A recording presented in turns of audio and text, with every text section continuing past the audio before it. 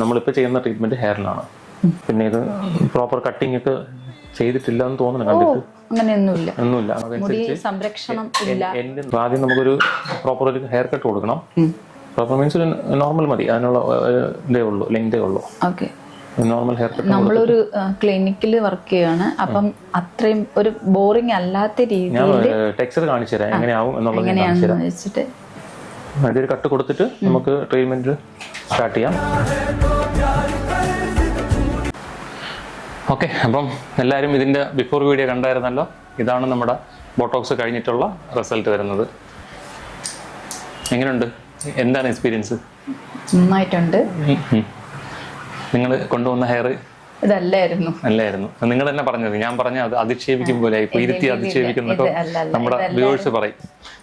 ഇതല്ലായിരുന്നു ഞാൻ കൊണ്ടുവന്ന ഹെയർ. ഇപ്പൊ നന്നായിട്ടുണ്ട്. ആർട്ടിഫിഷ്യൽ ലുക്ക് ഫീൽ ചെയ്യാനുണ്ടോ? നാച്ചുറൽ ലുക്ക് ഫീൽ ചെയ്യുന്നുണ്ടോ? Natural look.